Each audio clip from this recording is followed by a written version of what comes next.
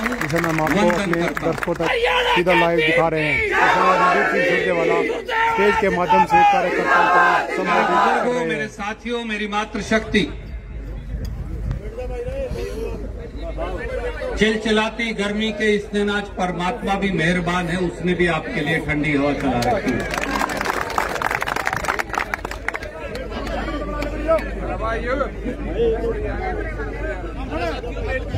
आज कपि स्थल की इस तपोभूमि के लिए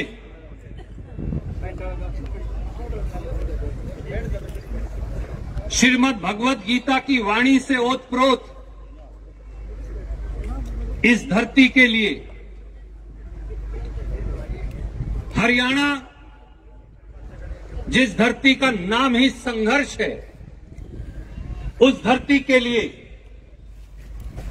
बड़े फक्र और गर्व की बात है। एक तरफ कर्नाटक में श्री राहुल गांधी की तपस्या, श्री मल्लिकार्जुन खड़गे का संकल्प और हरियाणा के 2.5 करोड़ लोग, क्योंकि मैं अकेला व्यक्ति नहीं, मैं जहां जाता हूं आपकी आत्मा और भावना साथ लेकर जाता हूं, और हरियाणा के 2.5 करोड़ लोगों की मेहनत, जहां एक तरफ पूरे देश की फिजा बदलकर कर्नाटक में कांग्रेस की विजय लेकर आई, वहां दूसरी तरफ पिछले 24 घंटे में दूसरी बार किसान और मजदूर के सामने दिल्ली और चंडीगढ़ की सत्तासीन सत्ता का अहंकार भी टूटकर जमीन पर आया।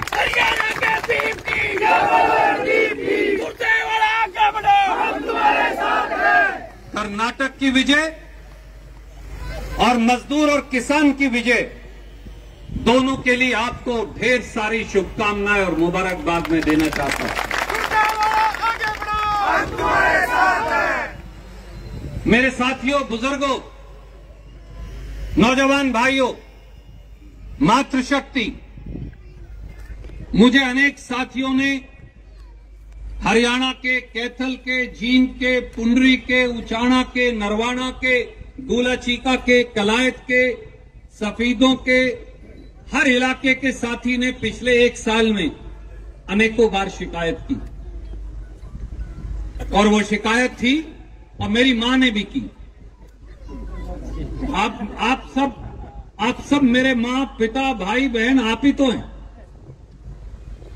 पर मेरी मां ने भी मुझे कहा कि 1 साल बीत गया, तुम घर लौटकर नहीं आते।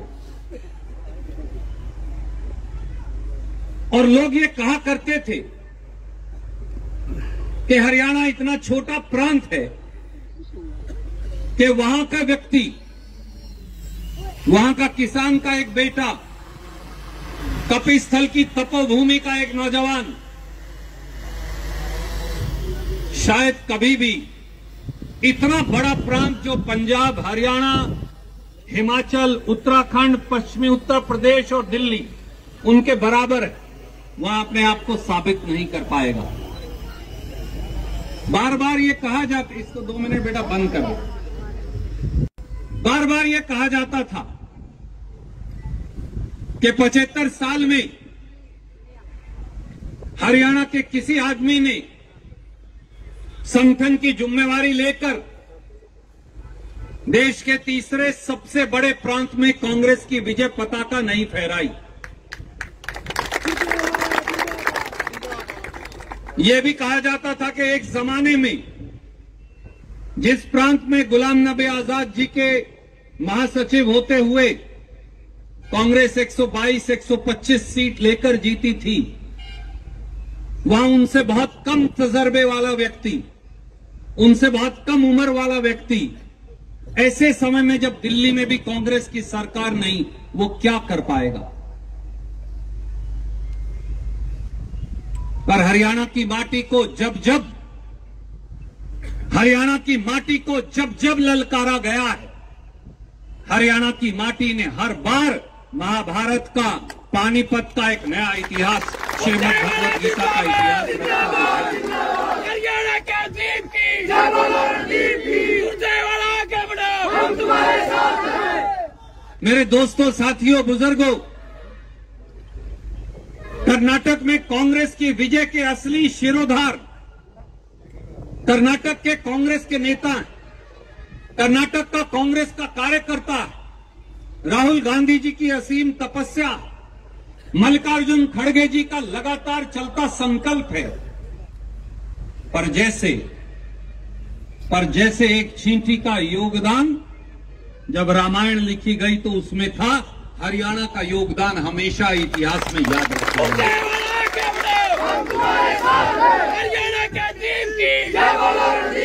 रणदीप सिंह सुरजेवाला की कोई हैसियत नहीं, वो केवल एक इंसान है। पर ये सच मानिए, मैं आपसे चाहे कितना दूर था, मैं आपसे चाहे हजारों किलोमीटर दूर बैठा था, पर आपका संकल्प, आपका विश्वास, आपका आशीर्वाद और हरियाणा की अस्मत को ना टूटने देने का संकल्प मेरे साथ था, और इसीलिए कर्नाटक के अंदर कांग्रेस की विजय पताका हम फहरा पाए।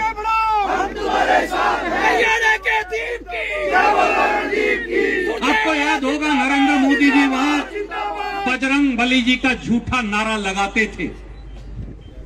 मैंने उन्हें कहा, शायद आप भूल गए, हरियाणा के लोग तो बजरंग बली जी के असली वंशज हैं, हमसे क्या मुकाबला करना। और बजरंग बली की जय बोलने से खुश नहीं होते। मैंने उस दिन भी कहा था, आज फिर दोहराता हूं, बजरंग बली नाम है त्याग का, बजरंग बली नाम है सेवा का, बजरंग बली नाम है एक उंगली पर पहाड़ ले आने का, उठा लेने का। बजरंग बली नाम है इतिहास को बदल देने का, और बजरंग बली नाम है इतिहास लिख देने का। और हरियाणा के लोगों ने ये फिर करके दिखा दिया, ये साबित करके दिखा दिया नरेंद्र मोदी जी को भी और भारतीय जनता पार्टी को भी कि असली बजरंग बली के वंशज तो हरियाणा के अंदर निवास करते हैं। हरियाणा के दीप की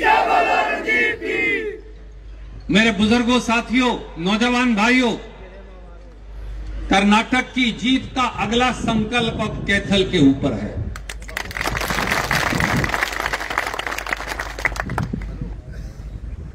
ये जीत केवल सरकार बनाने के लिए नहीं थी, ये जीत केवल सत्ता में आ जाने के लिए भी नहीं थी। हमने ये लड़ाई पूरे देश में व्यवस्था परिवर्तन के लिए लड़ी। आज नरेंद्र मोदी कांग्रेस की गारंटियों की बात करते हैं। आज शिवराज सिंह चौहान आपके बेटे के द्वारा लिखी गई गारंटी मध्य प्रदेश में लागू करने की हैसियत उठाते। आज तमिलनाडु के मुख्यमंत्री स्टैलिन, उन्होंने बाकायदा अपना एमिसरी हमारे पास भेजा और कहा, रणदीप आपने क्या लिखा है, और उन्होंने तमिलनाडु में हमारी बहनों के लिए जो आपके बेटे ने लिखा था वो इस बजट में लागू कर दिया। आंध्र प्रदेश के पूर्व मुख्यमंत्री नायडू, उन्हें भविष्य की गारंटी कहकर लागू करना चाहते। राजस्थान में माननीय अशोक गहलोत जी, कांग्रेस की सरकार ने उस गारंटी का एक और जज्बा लागू करके दिखाया। छत्तीसगढ़ में भूपेश बघेल जी ने, जो हमारे भाई हैं, साथी हैं युवा कांग्रेस में, जिन्होंने हमारे साथ काम किया, उन्होंने उन गारंटी की कॉपी मंगवाकर उसे लागू करना शुरू कर दिया। मैं जब कर्नाटक में हमारे साथियों को एक कहा करता था कि ये कांग्रेस की 5 गारंटियां, एक दिन मैं कांग्रेस के साथियों को हर जिले, हर विधानसभा, 224 विधानसभाओं में कई बार गया और उनको कहा, एक दिन मैंने कहा आप इसको हर घर में लेकर जाइए, एक दिन पूरा देश इसे लागू करेगा। ये रणदीप का वचन है जो आज पूरा हो रहा है। मध्य प्रदेश में कांग्रेस ने, कमलनाथ जी ने, प्रियंका गांधी जी वहां गई थी, वो घोषणा करके आई हैं कि कांग्रेस की वो 5 गारंटी अब अगली कांग्रेस की सरकार मध्य प्रदेश में भी लागू करके दिखाएगी। इसलिए ये लड़ाई चुनाव जीतने की नहीं थी, ये लड़ाई केवल कांग्रेस को सत्ता में लाने की भी नहीं थी, ये लड़ाई किसी को मुख्यमंत्री की गद्दी पर बिठाने की भी नहीं थी, ये लड़ाई किसी को मंत्री या विधायक बनाने की भी नहीं थी। ये लड़ाई थी कर्नाटक के 7 करोड़ लोगों की जिंदगी बदलने की और पूरे देश में एक नया इतिहास की संरचना करने की। हम तुम्हारे साथ हैं। क्योंकि जब आपके अजीज ने, आपके बेटे ने कांग्रेस के उस एजेंडा की शुरुआत की तो कर्नाटक समेत देश के कई लोग, कई पार्टियां, देश के प्रधानमंत्री, केंद्रीय मंत्री उसका मजाक उड़ाते थे। हमने कहा, प्रियंका गांधी जी आई, हमने ये वादा किया हर परिवार की एक मुखिया महिला को हर महीने 2000 रुपया उसके खाते में जमा करवाएंगे। गैस का सिलेंडर 1100 रुपए का कर दिया। नरेंद्र मोदी जी और खट्टर साहब तो गृहस्थी चलाते नहीं, उन्हें तो गैस का सिलेंडर लाना नहीं, मेरी माताओं और बहनों को तो लेकर आना है ना। काश कभी गैस का सिलेंडर मोदी जी भरवा के देखा होता, खट्टर साहब कभी भरवा के देखा होता तो पता चलता 400 का गैस सिलेंडर जब 1100 का हो जाता है तो पेट कटता है। 150 और 200 रुपया किलो की जब दाल खरीदनी पड़े, जो कांग्रेस के शासन में 60 रुपया किलो की थी, तो घर का बजट बिगड़ जाता है। जब 30 और 40 रुपया किलो दूध लेना पड़े और बच्चे को पलिया बांट बांट कर देना पड़े, क्योंकि पूरा पैसा नहीं है किसी गरीब के पास, हर किसान के पास, हर दुकानदार और मजदूर के पास, तो मां का कलेजा कट जाता है। जब खाना पकाने का तेल, डालडा तो हम कभी इस्तेमाल नहीं करते थे, अब तो डालडा के लिए ये देश तरसता है।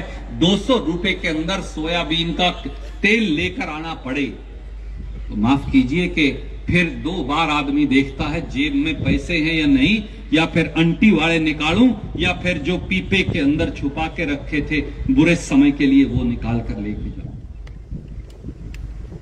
इसलिए कांग्रेस की गारंटी आपका अजीज लेकर आया। वहां लगभग 1 करोड़ 28 लाख गरीब परिवार, सबसे ज्यादा हमारे दलित भाई बहन, आदिवासी, पिछड़े वर्ग के लोग उस प्रांत के अंदर है। जमीन नहीं, साधन नहीं, आय नहीं, केवल दर्द है, बेरोजगारी, भूखमरी है। इसलिए हमने फैसला किया, कितना पैसा भी लगे, कितना भी पैसा लगे, 1 करोड़ 28 लाख परिवार यानी 4 करोड़ 42 लाख लोग, हमारी जनसंख्या के मेरी छोटी बहन डबल, उनको 1 अगस्त से हर परिवार को 10 किलो अनाज मुफ्त देगा। सबने कहा ये नहीं हो सकता, हमने कहा हम करके दिखाएंगे। आज जब हमने बांटने का फैसला किया तो आज ही नरेंद्र मोदी ने चिट्ठी लिखकर एफसीआई को कह दिया, गरीबों के लिए पैसों में भी कर्नाटक की कांग्रेस सरकार को अनाज मत देना। ऐसे राक्षस लोग आज दिल्ली की सत्ता पर बैठे। मैंने हमारे मुख्यमंत्री सिद्धारमैया जी को कहा, मैं आपकी बात करवाता हूं हमारे दूसरे मुख्यमंत्री भूपेश बघेल जी से, हम अनाज लेकर आएंगे। कहां से? छत्तीसगढ़ से, और एक एक घर के अंदर, एक एक गरीब के घर में 10 किलो धान देकर आएंगे। 11,300 करोड़ लगेंगे तो लगे, और अगर हर महिला को 2,000 रुपया देने में 26,000 करोड़ रुपया लगे तो लगे। हमने ये कहा कि हर परिवार को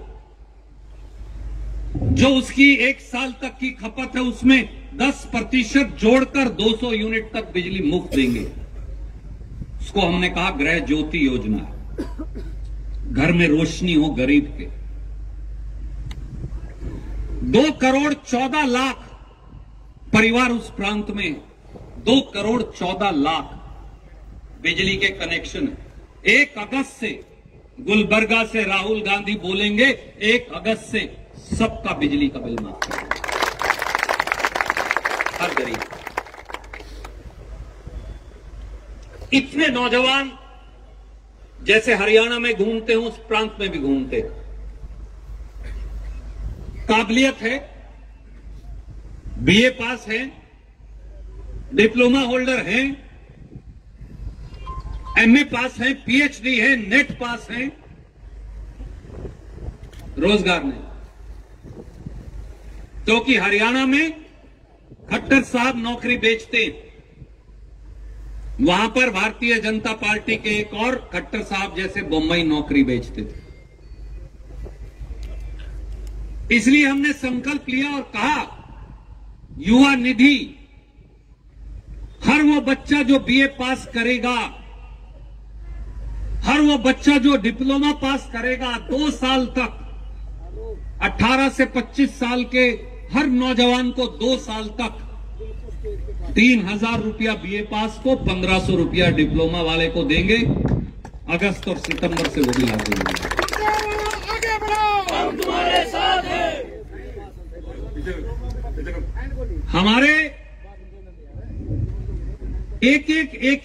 एक सेक्शन जो था वो हमारे आदिवासी भाई हों, हमारी महिलाएं हों, हमारे दलित भाई बहन हों। मैं जब हर बार जाता था तो हमारी बेटियां, हमारी माताएं मुझे एक ही बात कहती थी। मैं उनकी जबान तो शायद नहीं समझता, और वो बात एक कहती थी हर बार कि बेटा जब हम बस में चढ़ती हैं तो बस में देने का पैसा नहीं। और राहुल गांधी जी गए मैंगलोर और मैंने कहा कि आप वादा कर दीजिए, कोई जात नहीं, कोई धर्म नहीं, हर वो महिला, हर वो बेटी जो कर्नाटक में किसी बस में भी चढ़ेगी, वो चाहे 500 किलोमीटर जाए, चाहे 2000 जाए, उसका कोई किराया नहीं लगेगा। हमने लागू कर दिया, उसको हम शक्ति स्कीम कहते, वो लागू हो चुका। मैं ये बात आपको इसलिए कह रहा हूं, जब हम ये स्कीम लागू कर रहे थे, जब ये एजेंडा लागू कर रहे थे, ये एजेंडा सफेद कुर्ते पजामे वालों का नहीं, ये एजेंडा किसी को मुख्यमंत्री बनाने का भी नहीं, ये किसी को एमएलए एमपी बनाने का भी नहीं। ये हर गरीब, हर दलित, हर पिछड़े, हर आदिवासी और हर किसान, हर छोटे दुकानदार की जिंदगी में रोशनी जलाने का।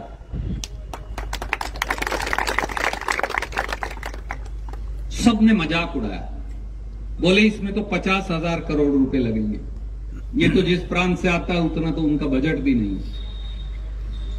सच है, हमारा तरक्की का बजट तो 50,000 करोड़ नहीं, पर वहां की तो एक नगर पालिका का बजट भी हमारे कुल हरियाणा के बजट से बड़ा है। मैं क्या करूं, अकेला बेंगलोर की जो नगर पालिका है उसका बजट हरियाणा के बजट से बड़ा है, और प्रांत का बजट 3.5 लाख करोड़। मैंने नरेंद्र मोदी जी को कहा, आपको मैं चुनौती देता हूं मोदी जी, जिस चौराहे पर, जिस चौपाल में, जिस पत्रकार साथी के टेलीविजन चैनल पर या समाज के जिस वर्ग के बीच में आपको बहस करनी है, करिए। हम 3.5 लाख करोड़ में से 50,000 करोड़ लोगों की जेब में डाल हरियाणा के दीप की, जय बोलो रणदीप की। मैंने आपको आपके 10 मिनट लेकर ये बात इसलिए कही कि एक ये मॉडल है सरकार चलाने का जो लोगों के लिए, एक वो मॉडल है जो नरेंद्र मोदी, मनोहर लाल खट्टर और दुष्यंत चौटाला चला रहे हैं। हरियाणा में आप आज चारों तरफ देख लीजिए, 1 साल हुआ है, केवल 1 साल तक पूरे देश का, पंजाब, हरियाणा और पता नहीं कहां कहां से आया, लाखों किसान हमारे बॉर्डर के ऊपर पड़ा रहा। 700 किसान मर गए। 1 साल तक वो धूप में, सर्दी में, अंधड़ में, गर्मी में बैठा रहा,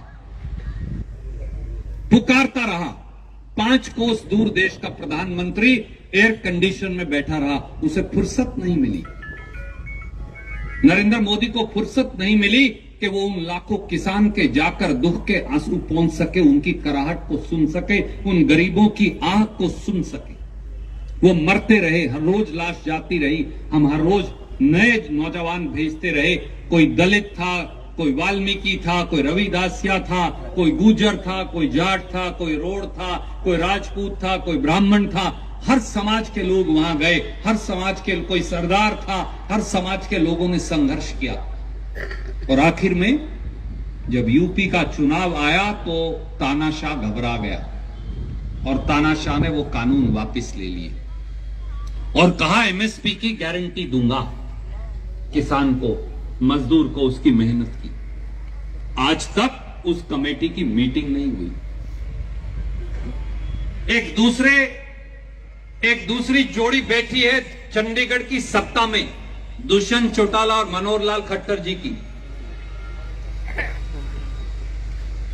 वो हर रोज दुकानदार हो, गरीब हो, मेहनतकश किसान हो, वो हर रोज किसी ना किसी का अपमान करते हैं। क्या आपने सुना किसी मुख्यमंत्री को यह कहते हुए जब किसान और मजदूर अपना अधिकार मांगे कि एमएसपी नहीं दिया जा सकता? तो भैया एमएसपी देते की घोषणा क्यों करते हो? जब एमएसपी पे फसल को खरीदना ही नहीं तो एमएसपी की घोषणा क्यों की जाती है? किसान की फसल बारिश के अंदर बहती रही, किसान एमएसपी के लिए सड़कों पर संघर्ष करता रहा। हमने तो किसान की कराहट सुनकर अपना आज का कार्यक्रम भी कैंसिल कर दिया। कल रात को जब उन्हें लगा कि अब ये संघर्ष के रास्ते पर रणदीप भी और कांग्रेस भी किसान के साथ जोर से चलेगी, तो 2 घंटे के अंदर फैसला कर लिया। हरियाणा के दीप की, रणदीप की। किसान की जय तो हुई, किसान की विजय तो हुई, पर सड़कों पर किसान की, मजदूर की, गरीब की पीठ पर लाठियां और पेट पर लात खाने के बाद, जेल की सलाखों में किसानों के नेताओं को बगैर उनके परिवारों को बताए अंदर करने के बाद, मैं आपसे पूछता हूं, मैं मेरी फसल बेचने जाता हूं, मेरे साथ जो मजदूर का काम करता है भाई, वो भी अपना 1/3 बटाई का मेहनत मांगने जाता है, तो हम उस फसल बेचने के लिए सरकार हम पर कोई एहसान करती है या ये सरकार की जिम्मेवारी है? मंडी में हमारे आड़ती भाई बैठे, गुप्ता जी हमारे कार्यकारी अध्यक्ष बैठे, कैथल की, नरवाना की, सफीदों की, कुंडरी की मंडियों के अध्यक्ष बैठे, बहुत सारे आड़ती मेरे बड़े बुजुर्ग और भाई बैठे। अगर ये अपनी मेहनत ले लेंगे और किसान की फसल बेचने में मदद कर देंगे तो ये हमारा पीढ़ी दर पीढ़ी का गठजोड़ है। दुष्यंत चौटाला जी,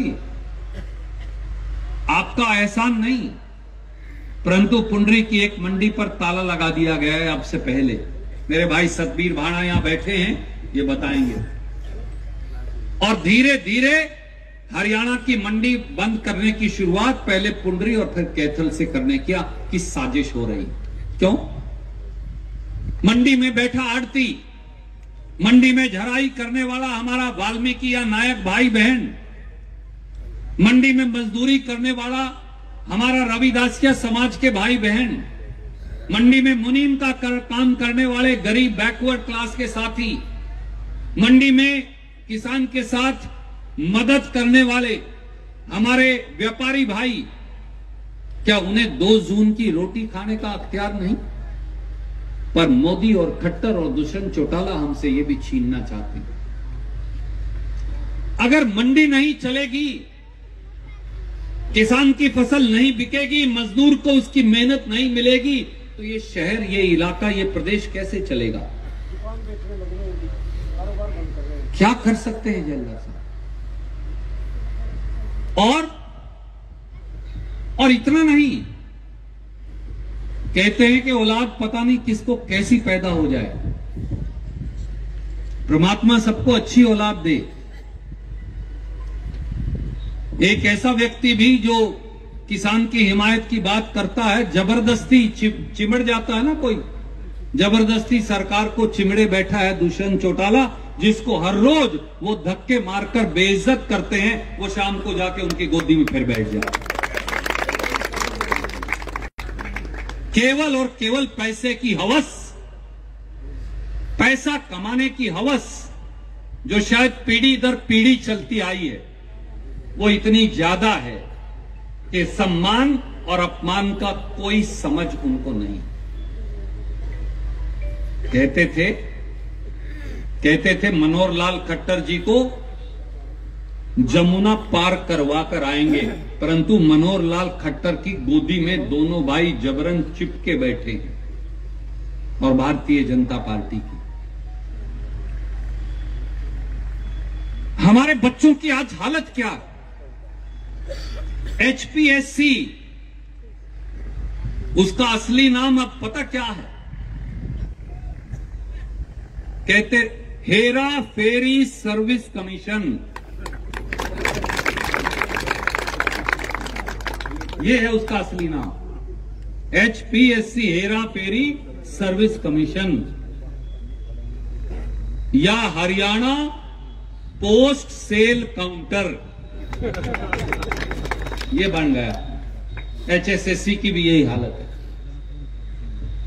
हमारे बच्चे करें क्या?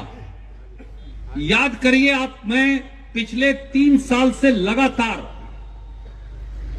जो हमारे बच्चों के साथ हो रहा है उस बात को उठाता हूं।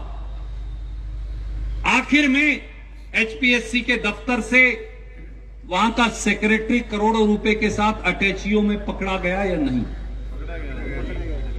परंतु क्या किसी पर कार्रवाई हुई? ये कहते थे सबूत दो, अब तो सबूत भी दे दिया हम। भाई पूरा का पूरा HPSC बिका हुआ है, अटैचियों में करोड़ों रुपए हैं, वो पकड़वा दिया, और क्या सबूत दें खट्टर साहब? इसलिए कोई नहीं पकड़ा गया कि उस रिश्वत का पैसा उससे ऊपर तक जाता है, जहां आपके बेटे और बेटियों के भविष्य को बेचा जाता है। और मनोहर लाल खट्टर जी ने तो 2 और दुष्यंत चौटाला ने 2 और बातें चला रखी। सारे हरियाणा के बच्चों को 5 साल से ये CET के चक्कर में उलझा रखा है। CET नहीं हो गया, कोई हवा हो गया। एक बालक को भी रोजगार नहीं दिया, सारे बालक झुंझुना लिए CET के पीछे लगा रखे। कोई पोस्ट निकलती नहीं, जो निकल जाए HCS जैसी, ऐसी कलंकित सरकार है ये भारतीय जनता पार्टी और जजप्पा की। तीसरी बार HCS की नौकरियों में धांधली और हेराफेरी पकड़ी गई है। 33 नंबर पे पास माना जाता है, 32 नंबर पिछले साल के पेपर के दे दिए। 32 सवाल अपने बच्चों को बता दिया, पिछले साल वाला पेपर पढ़ के आ जाइए, और पढ़ने की लोड़ ही नहीं, बाकी धक्के खाते घूमे। जब मैंने ये बात उठाई तो उनकी ये पोल खुली, भाई पिछले साल वाले पेपर के 32 सवाल दे रखे हैं, एक सवाल का 1 नंबर है मलिक साहब, 33 पास होने के लिए चाहिए, तो क्यों बालकों का बेवकूफ बना रहे? आखिर में बोले इन 32 को छोड़ के बाकी गिन लेंगे। ये कौन सी बात हुई? पेपर 100 नंबर का है, 60 नंबर का। अजीब बेवकूफ आदमी, बेवकूफ नहीं है, बदमाशी है ये, बच्चों के भविष्य को बेचने की साजिश है। और हर रोज ये धंधा होने लगा। और जो ये मेरे बुजुर्गवार बैठे, हमारी विधवा बहनें हैं, हमारे विकलांग भाई बहन हैं, कई लाख लोगों की, 3.5 लाख लोगों की पेंशन काट दी, और 3 लाख के करीब ऐसे जिनको कहते तुमने फालतू ली थी, तारी उल्टी लेवांगे, उनके तलवार टांग रखी, या तो हमारी पर्ची दे दियो, नहीं तो जेल भेज देंगे तुम्हें। उनके वैसे ही मतलब बह बिठा रखे, मन उनके अलग बिठा रखे।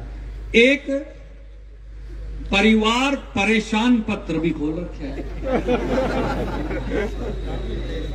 परिवार पहचान पत्र तो भाई साहब रहा नहीं, क्यों चाहिए साहब?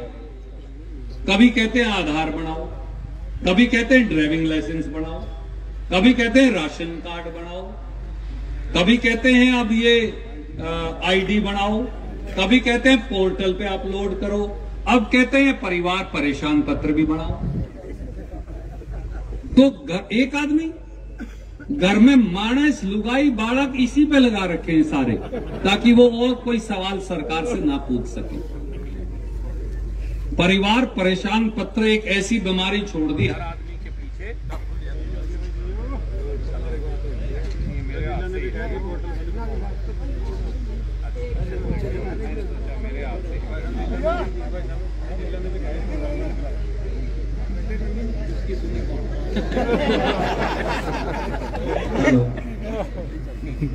एक ये परिवार परेशान पत्र बना दिया। अब आदमी अब साबित क्यों कर करे कि वो हरियाणा का रहने वाला, फलाने मोहल्ले का, फलाने गांव का, फलानी जात का, फलाने बगड़ का, फलाने परिवार का, फलाने समाज का। पिछले 2.5 साल से सारा हरियाणा इसी काम पे लगा रखा। जो बीपीएल के हमारे परिवार थे, नवे तो चलो जोड़ना दूर की बात है, पिछले वालों के नाम और काट दिए।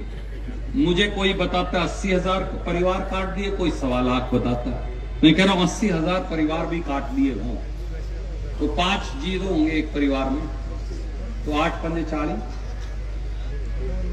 तो कितने लाख लोगों को कहां जाएंगे? 1 लाख परिवार भी हो और 5 जी भी हो तो 5 से 6 लाख 8 लाख लोग जो हैं आज वो धक्के खाते सड़क पे घूमने लगे। मेरे बुजुर्गों साथियों, ये लड़ाई, ये संघर्ष, ये जंग केवल और केवल सत्ता परिवर्तन की नहीं। कई ऐसे लोग हैं जो इसे केवल सत्ता परिवर्तन की लड़ाई मानते। सत्ता परिवर्तन हो जाए, नौकरियों की फिर बंदरबांट हो जाए, उसका फायदा क्या आपको? सत्ता परिवर्तन हो जाए, अफसर फिर आपको परिवार परेशान पत्र में परेशान करते रहे, आपको उसका क्या फायदा? रणदीप बने, कोई और बने, आपको उसका क्या फायदा? कुछ साथियों का मुझ में मोह हो सकता है, कुछ साथियों का गुप्ता जी में मोह हो सकता है। जो लोग ये इस प्रकार का नारा देते, वो शायद हरियाणा की माटी और संस्कृति को समझते नहीं, वो हरियाणा की समस्या को समझते नहीं। क्या आप जानते हैं कि हरियाणा में जो लगभग 68 साल में जितना कर्जा था, उसका 500% और बढ़ गया, यानी 5 गुना और बढ़ गया। पंजाब तो बिकने की कगार पे खड़ा, हरियाणा भी लगभग बिकने की कगार पे खड़ा हो गया। जब अगला चुनाव आएगा, हरियाणा का कर्जा 2 लाख करोड़ को टप जाएगा, यानी हर साल हमें लगभग 19 से 20 हजार करोड़ ब्याज के देने पड़ेंगे। मूल तो अलग बात है मेरी छोटी। कैसे चलाओगे साहब प्रांत? मैं तो ये चाहता हूं सबकी तनख्वाह 25-25 हजार हो जाए जो घर बैठा है, पर प्रांत भी चलाना है। इन बच्चों की जो अगली पीढ़ी वाले हैं, इनकी मदद भी करनी है, तरक्की भी करनी है, सड़क भी बढ़ानी है, यूनिवर्सिटी भी बनानी है, अस्पताल भी बनाना है। इसलिए वादा वो करो जो निभ जाए। झूठ बोलने से बड़ा पाप नहीं है दुनिया में। छोरे देना बहुत आसान है, मिट्टी गोली देना सबसे आसान काम है। कई लोग हैं मिट्टी गोली देने का धंधा करते हैं, कईयों की तो पोल भी खुली, दुकान बंद हो चुकी, कई नवे आ गए, वो भी यही काम करने लगे।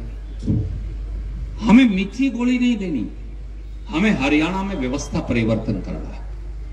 हरियाणा में सत्ता परिवर्तन तो करना ही है। राहुल गांधी जी, मल्लिकार्जुन खड़गे जी ये कहते थे, मैं आज मोदी जी से पूछता हूं, आप बना सकते हैं किसी दलित को बीजेपी का अध्यक्ष? बना के दिखाओ। राहुल गांधी, सोनिया गांधी ने तो करके दिखाया। हिंदुस्तान के सबसे बड़े गरीबों के, दलितों के, एक गरीब माडिगा रविदासिया परिवार में पैदा हुआ व्यक्ति आज कांग्रेस का प्रधान है। बहुत तजर्बेकार व्यक्ति। जब वो आते हैं तो सोनिया जी भी उनके सम्मान में राहुल गांधी जी भी खड़े हो जाते हैं। और राहुल गांधी जी हमेशा कहते मैं पहले बोलूंगा, खड़गे साहब आप मेरे बुजुर्ग हैं, आप मेरे बात हैं। हर चीज में उनका हुक्म, उनकी राय चलती है और वो सबको साथ लेकर चलते हैं। ये कांग्रेस है। मैं आज आपसे कहता हूं, हरियाणा में भी हमें केवल सरकार नहीं बदलनी, हमें व्यवस्था भी बदलनी है। सुरजेवाला जिंदाबाद। अगर हम हरियाणा के 2.5 करोड़ लोगों के आंसू नहीं पहुंच सकते तो हमें सत्ता में आने का कोई अधिकार नहीं। हृदय की गहराई